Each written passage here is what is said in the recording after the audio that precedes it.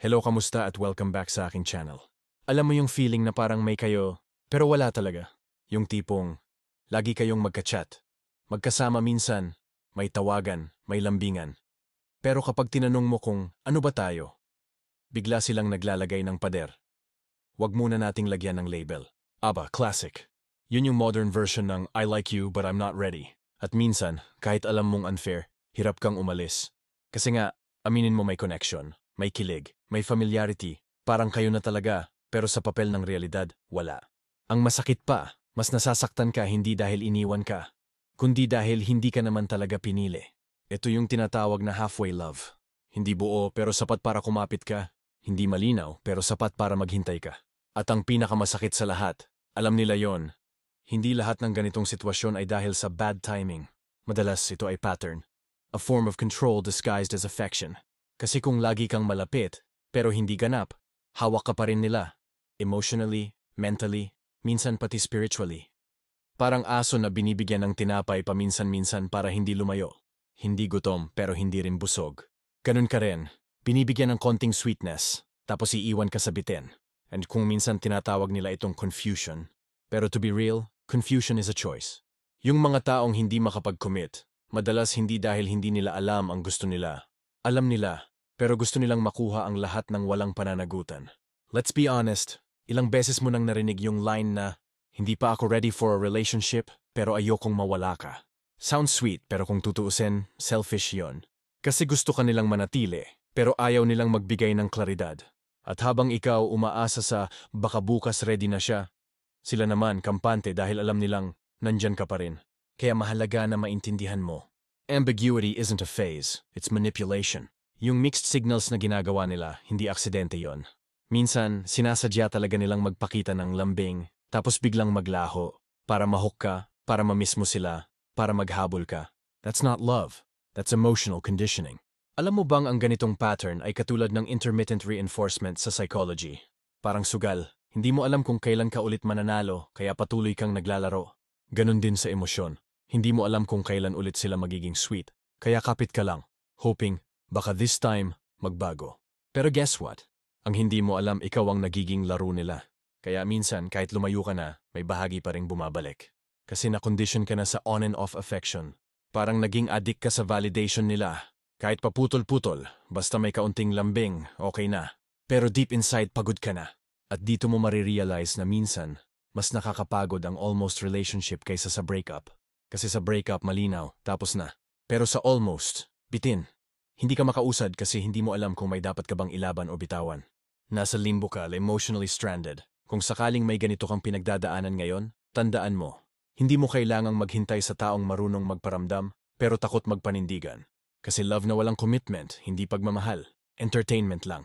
At alam mo kung bakit delikado yon, lalo na sa ating mga nasa edad 25 pataas? Kasi sa stage na to, gusto mo na ng peace, hindi games. Pagod ka na sa mga paasa. Ayaw mo na ng emotional roller coaster na walang direksyon. Gusto mo na ng tahimik pero totoo. Ang problema, may mga taong sanay sa emotional chaos. Ayaw nila ng stability kasi doon sila nabubuhay. So kapag nakilala ka nilang grounded, sincere at handa sa totoong relasyon, minsan natatakot sila. Hindi dahil hindi ka nila gusto, kundi dahil hindi pa nila kayang maging ganun ka-genuine. Pero hindi mo trabaho na turuan silang magmahal ng tama. Hindi mo tungkulin na hintayin silang maging ready. Dahil habang hinihintay mo silang magbago, unti-unti namang nababawasan yung respeto mo sa sarili. At alam mo kung anong irony. Kapag tuluyan ka nang naubos, sa kanila marirealize kung gaano ka kahalaga. Pero by that time, pakawala ka na.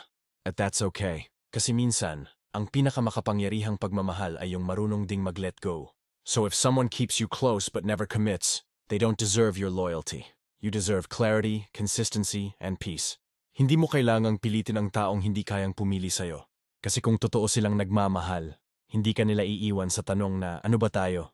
Papakita nila araw-araw na ikaw talaga ang gusto nila. Kaya kung ngayon, nararamdaman mong parang nasa gitna ka ng halos kayo, halos masaya, halos klaro, baka panahon na para buuin ang desisyong hindi nila maibigay. Pumili ka ng kapayapaan mo. Kasi minsan, ang pinakamatinong pagmamahal, nagsisimula sa sarili. At kapag marunong ka ng pumili ng katahimikan kaysa kalituhan, mas doon ka nagiging handa para sa tunay na pagmamahal. Yung hindi pa iba-iba, hindi kalahati, hindi almost, kundi buo. Totoo at malinaw.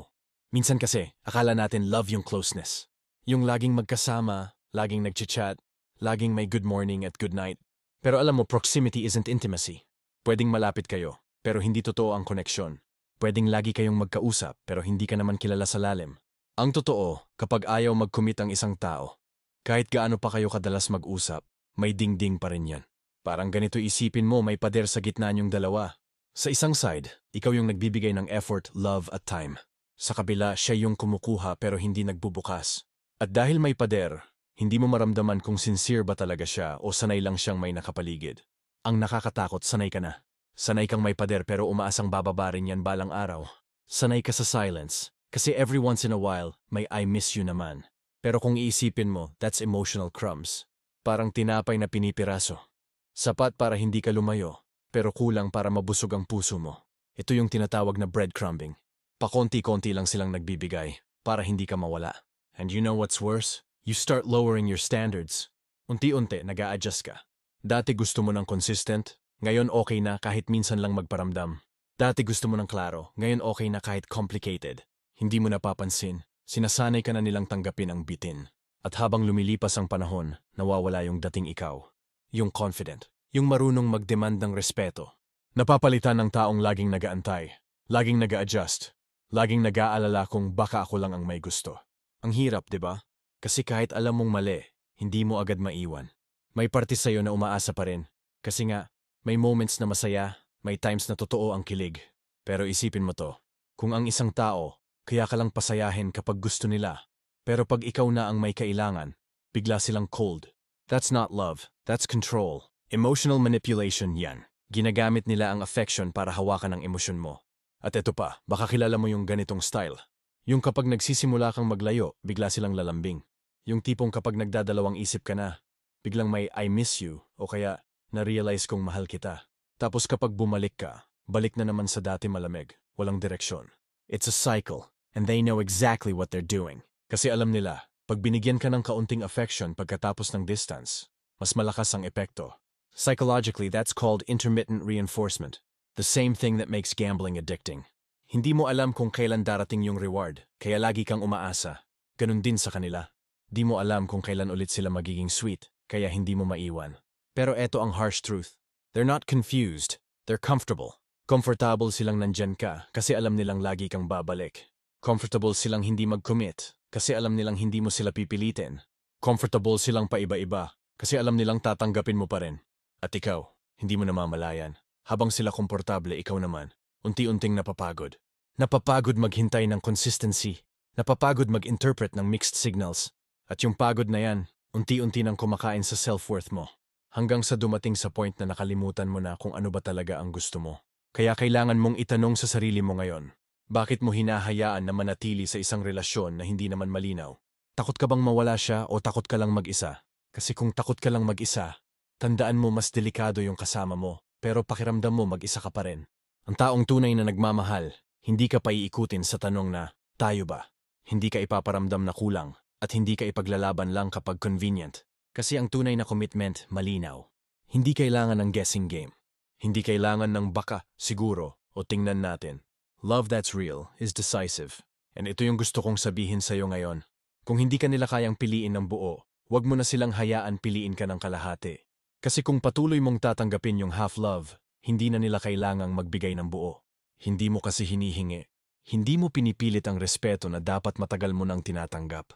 Minsan kailangan mong ipakita na kaya mong lumayo kahit mahal mo pa. Kasi dun mo lang mapapatunayan na kaya mong pumili ng sarili mo. Hindi selfishness yon, that's self-respect. At sa edad natin ngayon, self-respect is peace.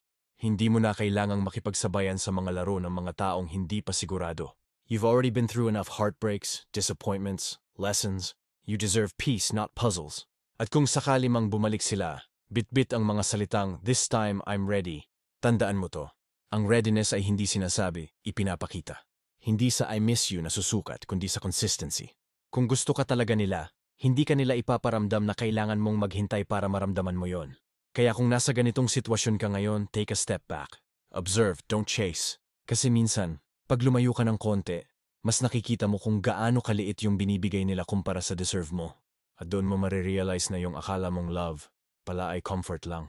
Hindi nila gusto mawala ka. Gusto lang nila siguradong nandyan ka. Pero ikaw, deserve mo yung klase ng pagmamahal na malinaw. Hindi maybe. Yung pipiliin ka hindi lang kapag convenient. Yung ipapakita sa'yo araw-araw, hindi lang kapag gusto nila. Yung hindi ka kailangan magtanong kung tayo ba talaga? Kasi sa totoo, kapag totoo hindi mo kailangang magtanong. Ramdam mo. Alam mo, may mga taong darating sa buhay mo hindi para manatili, kundi para ipakita kung ano ang hindi mo na dapat tanggapin. Minsan sila yung magtuturo sa'yo kung gaano kasakit magmahal ng kulang para sa susunod. Alam mo na kung ano ang halaga ng buo. At oo, tanggapin natin, hindi madali. Hindi madali na i-let go yung taong nakasanayan mo na. Yung presence niya, yung mga good morning messages, yung simpleng ingat ka na akala mo may lalim. Pero kapag mas pinili mong manatili sa ganon, hindi mo rin binibigyan ng chance ang sarili mong makaranas ng tunay na pagmamahal. Kasi habang kapit ka sa isang taong hindi sigurado, hindi mo namamalayan, ikaw na pala ang bumibitaw sa sarili mo. At yan ang mas masakit. Hindi yung pagkawala nila, kundi yung pagkawala ng sarili mong kapayapaan. Tandaan mo to, love isn't supposed to drain you. Hindi mo kailangang habulin yung taong gusto ka lang kapag bored siya. Hindi mo kailangang magpaliwanag kung bakit deserve mong piliin araw-araw.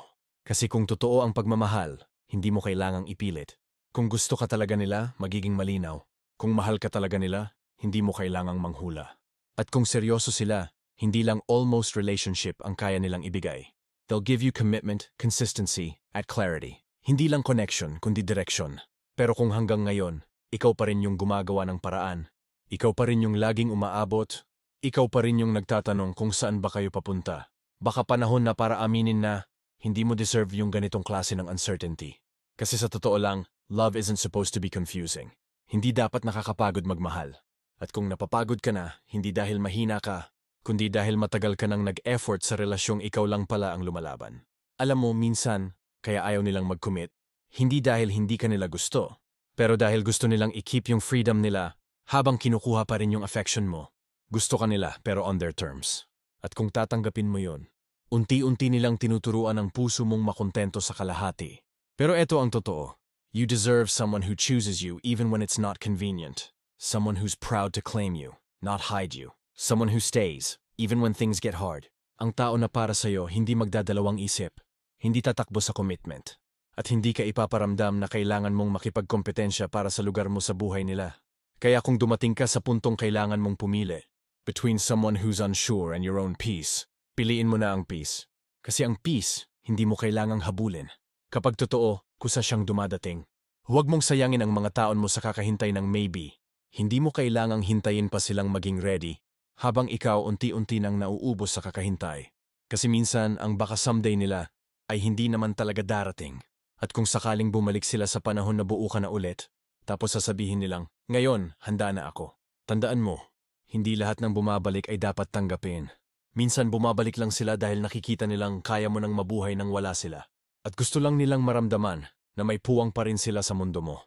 Pero ikaw, hindi mo kailangang magpaliwanag. Hindi mo kailangang magalit. You just smile and say, no hard feelings. Pero tapos na ako sa ganong klase ng love. Kasi dumating ka na sa point na hindi mo na hinahanap ang kilig. Ang hinahanap mo na ay kapayapaan. Hindi mo na gusto ng mga pa-cute na chat. Ang gusto mo na ay presence na consistent, communication na malinaw, at pagmamahal na totoo. At kapag dumating yung taong yon, yung pipiliin ka ng buo, hindi lang kapag convenient, marirealize mo kung bakit hindi nag-work yung mga dati.